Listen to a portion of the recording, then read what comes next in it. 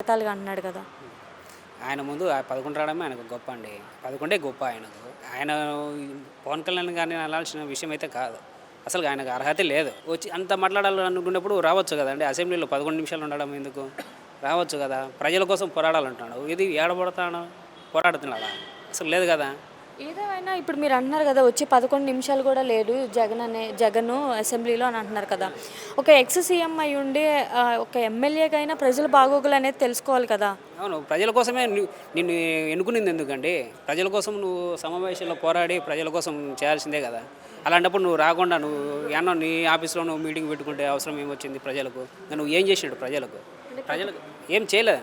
నువ్వు శూన్యం చేసింటేనే కదా నీకు 11 అంకెలు ఇచ్చింది. అంటే ప్రతిపక్ష హోదా కావాలి నాకు అని చెప్పేసి అని అడుగుతున్నారు కదా! దీని మీద మీ అభిప్రాయం ఏంటి? నాకు ముఖ్యమంత్రి హోదా కావాలి. నాకు కూడా ఇస్తారా నాకు ముఖ్యమంత్రి హోదా? నాకు ఒక 10 మంది గన్‌మెన్‌లు కావాలా? ఇస్తారా? లేదు కదా! అంటే ఎందుకు ఇవ్వతారంటే నువ్వు దానికి అర్హుడు అని అర్హత ఉంటేనే కదా నీకు అర్హత ఇచ్చేది. లేదంటే ఎవరు ఇస్తారు? నాకు ప్రైమ్ మినిస్టర్ హోదా కావాలి. ఇస్తారా ఎవరన్నా ప్రైమ్ మినిస్టర్? ఎవరు ఇవ్వరు కదా! అంటే ఈ ప్రభుత్వం రెడ్ బుక్‌ని అడ్డం పెట్టుకొని రెడ్ బుక్ పరిపాలన చేస్తుంది అని చెప్పేసి అని అంటున్నారు. అలాగే రీసెంట్‌గా పోసాని కృష్ణమురళిని అరెస్ట్ చేశారు. ఎందుకు అపోజిషన్ వాళ్ళు ఏమంటున్నారంటే ఎందుకు అంటే చట్టం ఉంది అని చెప్పేసి అధికారం ఉంది అని చెప్పేసి ఎందుకు మా మీద కక్షపూరిత రాజకీయాలు చేస్తున్నారు. మా వాళ్ళని ఎందుకు అరెస్ట్ చేస్తున్నారు అని చెప్పేసి అని అడుగుతున్నారు కదా! తల్లిదండ్రులను ఎవరైనా తిడతారా?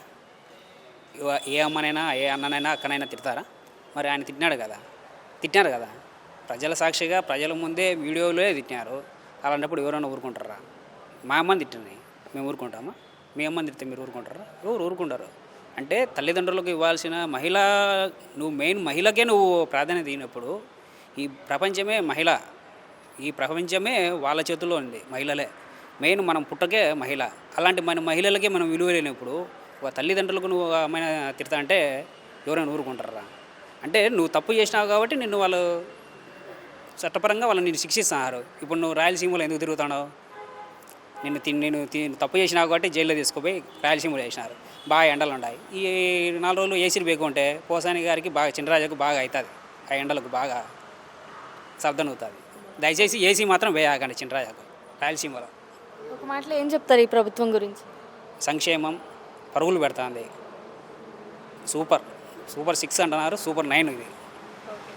సారు మిమ్మల్ని పిలుస్తారన్నారు, ఎటువంటి రెస్పాన్స్ లేదని చెప్పి మళ్ళీ ఇంకొకసారి సార్ దృష్టికి తీసుకెళ్ళి అర్జీ రూపంలో ఇద్దామని చెప్పి వచ్చామండి.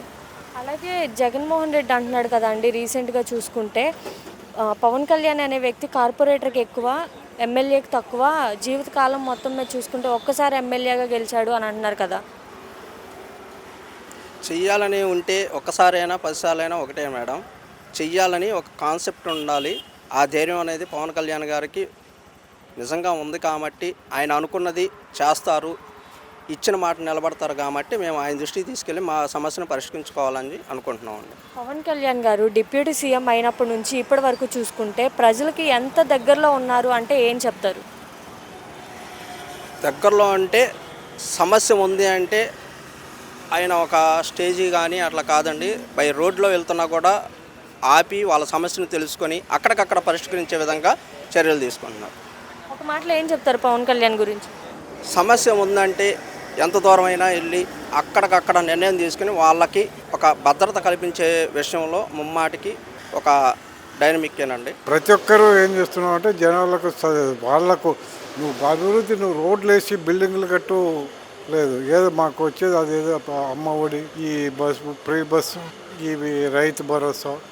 ఇప్పుడు మీరు అన్నారు కదా రైతు భరోసా, అమ్మఒడి ఇలాంటివి కూడా చేస్తే బాగుండిద్ది అని అంటున్నారు.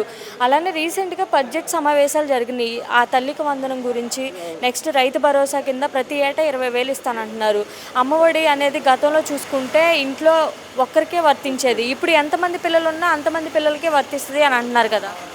ఇది మేలు కదమ్మా. ఇంతకుముందు రాక్షస పరిపాలన జరిగింది, ఇప్పుడు మంచి యాక్టివ్ రాజకీయవేత్త, చాలా మంచి సంస్కరణకర్త కాబట్టి బాగా ఉంది. గత 5 సంవత్సరాల్లో రైతు భరోసా కింద ఎంత పడేది? రైతు భరోసా కింద 3 తూర్లు 2 తూర్లు, ఒక పరి 6,500, ఒక పరి 13,000 అంతే. మరి ఇప్పుడు ఈయన చంద్రబాబు నాయుడు గారు వచ్చిన తర్వాత 20,000 చేశారు కదా.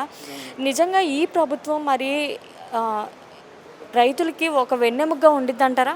వెన్నెముక మాత్రమే కదా రైతుకు ఇప్పుడు ఆదుకోనికి అదే మేలు కదమ్మా. ఇప్పుడు ఎందుకంటే పెట్టుబడికి చాలా రైతుకు అంత ధరలు లేవు. ఇది వస్తే కొంచెం ఏదో పెట్టుబడి సాయం కింద చేసుకుంటారు. అలాగే ఇప్పుడు తల్లికి వందనం కూడా ఇప్పుడు మే నెల తర్వాత స్కూల్స్ స్టార్ట్ అయ్యేలోపు ఫస్ట్ విడత అనేది అయిపోవాలి అని అంటున్నారు కదా. సో ఎలా అనిపిస్తుంది బాబాయ్? అంటే ఈ ప్రభుత్వం ద్వారా మరి విద్యార్థులకు కూడా రాబోయే రోజుల్లో మంచి రోజులు వస్తాయి అంటారా? చదువుకునే పిల్లలు ఎవరు కూడా ఆగకూడదు అని అంటున్నారు కదా. అదే కదా ప్రతి ఒక్కరు ప్రతి ఒక్క పిల్లోడు అందరూ స్కూల్ డబ్బులు ఉండే వాళ్ళు ఉన్నారు కదా, బీదోళ్ళు ఉంటారు. కొన్ని ఆ డబ్బుతో ప్రైవేట్ స్కూళ్ళకు కూడా పంపిస్తున్నారు.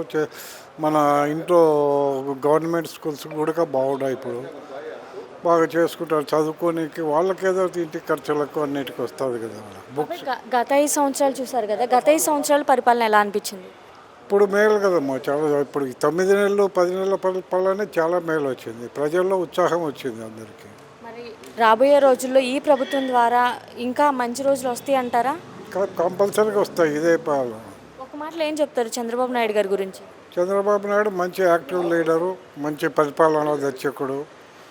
లోకేష్ గారు మంచి యాక్టివ్గా చేస్తున్నారు. ఓకే, రీసెంట్గా చూసుకుంటే ఈ ప్రభుత్వం వచ్చిన తర్వాత అసెంబ్లీలో బడ్జెట్ సమావేశాలు జరిగినాయి కదండి. గత 5 సంవత్సరాల్లో కూడా చూసారు ఈ బడ్జెట్ సమావేశాలు అనేది. అప్పటికి ఇప్పటికి తేడా ఏంటంటే ఏం చెప్తారు? బడ్జెట్ సమావేశాలు గత ప్రభుత్వానికి ఇప్పుడు మన చంద్రబాబు నాయుడు గారి ప్రభుత్వానికి చాలా తేడాలు ఉన్నాయి. ఈ ప్రభుత్వంలో వచ్చేసి బీసీ సంక్షేమ శాఖకు మెయిన్ ఏంటంటే మహిళా సాధికారకు బీసీలకు మొట్టమొదటి ప్రాధాన్యత ఎక్కువ ఇచ్చారు. ఈ బీసీ సంక్షేమ శాఖలో డ్వాక్రా మహిళలకు కానీ అయితేనేమి మంచి ఇప్పుడు రేపు అందరికీ మహిళా దినోత్సవం సందర్భంగా మహిళలకు సంక్షేమం విడుదల చేస్తున్నారు చంద్రబాబు నాయుడు గారు. ఇదైతే రాష్ట్ర ప్రజలందరూ చాలా మహిళా దినోత్సవం సందర్భంగా సంతోషించాల్సిన విషయం ఇది. ఇంకొకటి ఏంటంటే ఈ సంవత్సరము ఎప్పుడు లేని విధంగా ఈ సంవత్సరం వర్షాలు బాగా సమృద్ధిగా ఉన్నాయి. అది చంద్రబాబు నాయుడు గారి దయవల్ల అనుకోవాలనో లేకుంటే వర్షం సహకరించి రైతులందరూ బాగుపడినారని అనుకుంటున్నాను. అలాగే చూసుకుంటే అసెంబ్లీలో జగన్మోహన్ రెడ్డి అంటున్నాడు కదా అండి, పవన్ కళ్యాణ్ అనే వ్యక్తి కార్పొరేటర్కి ఎక్కువ ఎమ్మెల్యేకి తక్కువ అని అంటున్నాడు. ఎగతాళిగా జీవితం మొత్తం మీద చూసుకుంటే ఒకసారి ఎమ్మెల్యేగా గెలిచాడు అని చెప్పేసి ఎగతాళిగా అంటున్నాడు కదా. ఈ బెంచర్కిల్ నుంచి వచ్చానమ్మా. బెంచర్కిల్ కాదు కానీ అప్పికట్ట నుంచి వచ్చాను. అప్పికట్ట పెదపారిపూడి మండలం అప్పికట్ట. ఏంటి బాబాయ్ అసలు మీ సమస్య అనేది? స్థలం 20 సెంటు స్థలం ఉంది. దాన్ని 8 సెంటు పక్కన అతను అశోక్ అనే అతను కలుపుకున్నాడు. ముదునూరు అశోక్ అనే అతను అది 5 సంవత్సరాల నుంచి ఏడిపెత్తున్నాడు. ఆ స్థలం కలుపుకున్నాడు. మాది ఎప్పుడు జరిగింది బాబాయ్ ఇదంతా? ఇది 4-5 ఏళ్ళు అయింది జరిగి. అయితే తర్వాత ఈ పవన్ కళ్యాణ్ జగన్ చుట్టూ తిరిగి వదిలేసాం. ఏమీ చేయలేదు. ఆయన ఓట్లు వేసేదాకా చెప్పాడు. వేసిన తర్వాత అసలు ఏమీ చేయలేదు. చేయకపోయేదాడు సర్లే అని చెప్పని పవన్ కళ్యాణ్ గారు చేస్తారని చెప్పని పవన్ కళ్యాణ్ దగ్గరికి ఇప్పుడు 4వ సారి 3వ సారి వచ్చాను నేను. వాళ్ళు ఏం చేస్తున్నారంటే ఇక్కడ ఫోన్ చేస్తున్నారు, చెప్తున్నారు. వాళ్ళు అక్కడ ఎంఆర్ఓ కానీ విఆర్ఓ కానీ సర్వేర్ కానీ ఎవరో పట్టించుకోవట్లేదు. అంటే ఇక్కడ నుంచి వీళ్ళు బాగానే చేస్తున్నారు కానీ ఆయన ఫోన్ చేసి పనిమాల 2 ఫోన్ చేసి మాట్లాడారు. నేను నాగలక్ష్మి అనే అమ్మాయి చేస్తానని చెప్పినారు.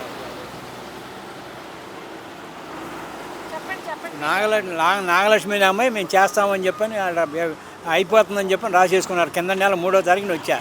ఆ అమ్మాయి ఏమంటుందో ఆ అబ్బాయి దగ్గర డబ్బులు తీసేసుకుని వీళ్ళందరూ కలిపి సాయి అనే అతను చిన్నపరిపూడి సాయి అనే అతను ఎక్కువ లంచాలు తీసేసుకుంటున్నాడు. అతను ఎవరు అడిగినా అదే మాట చెబుతున్నారు. లంచాలు తీసుకోవడం చేయటం. అతను ఈ నాగలక్ష్మి మాత్రం చేస్తాం అంకులు అని చెప్పని అంటుంది అమ్మాయి. ఈ అబ్బాయి ఏమో చేలు కలుపుకున్న అబ్బాయి ఏమో రేపు అంటున్నాడు పెళ్ళం ఉందని, పెళ్ళం ఎత్తుంది, ఆయన లేడు అంటాడు, హైదరాబాద్ లేడు అని చెబుతున్నాడు. అతను తీరా నిన్న మొన్న 3వ తారీఖున నోటీస్ పంపించింది. 11వ చేస్తామని నోటీసు వాళ్ళకి.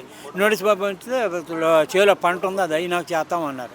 సరే నిన్న వెళ్ళి నేను చూసి వచ్చా. పంట తీసేశారు. నాగలక్ష్మికి ఫోన్ చేశాను.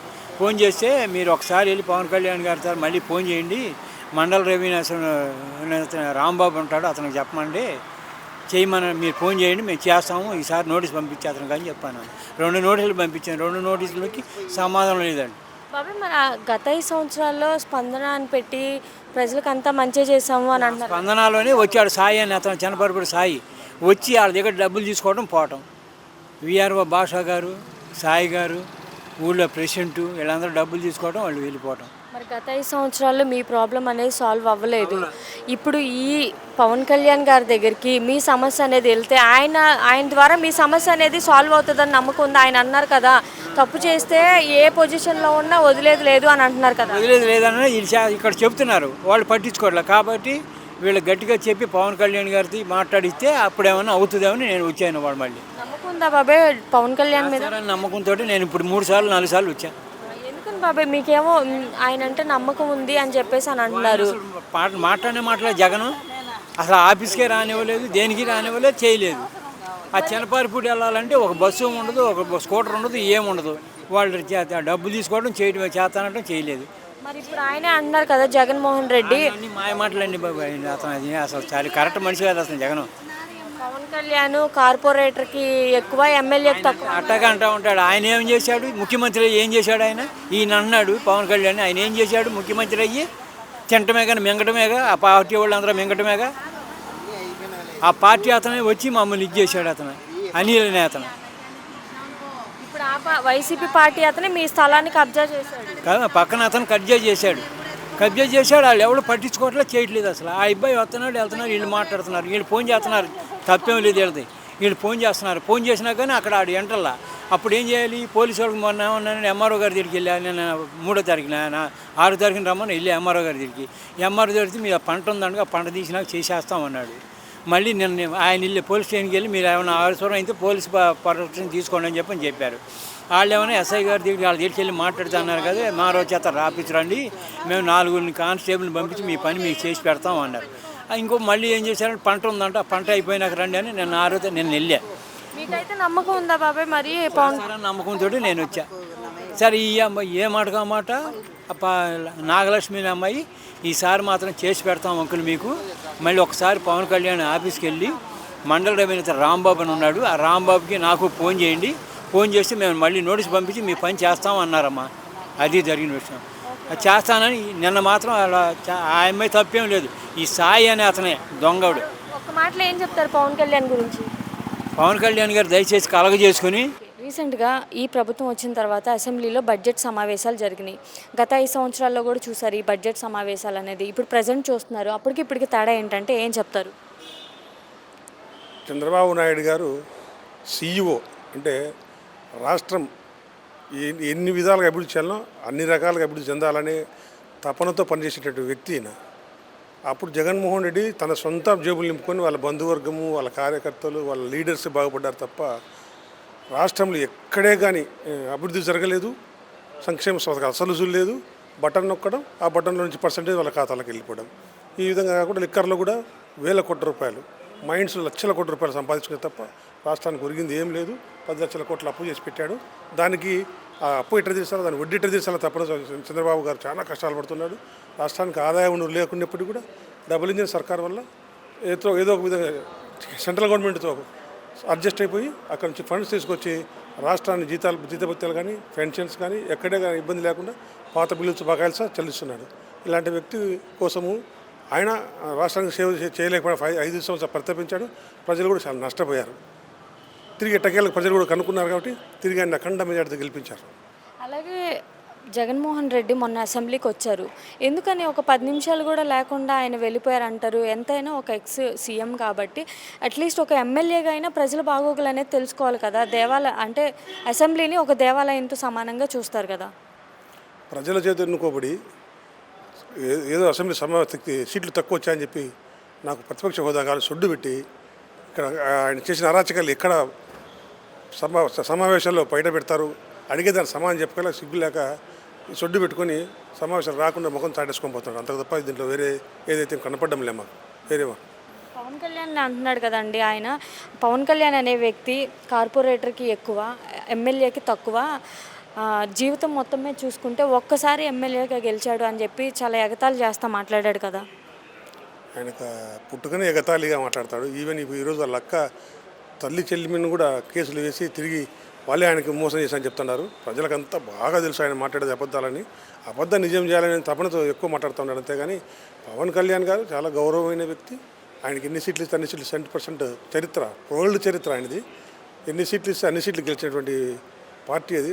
ఆయనకుండే ఫేస్ వాల్యూ ఆయనకు ఉంది.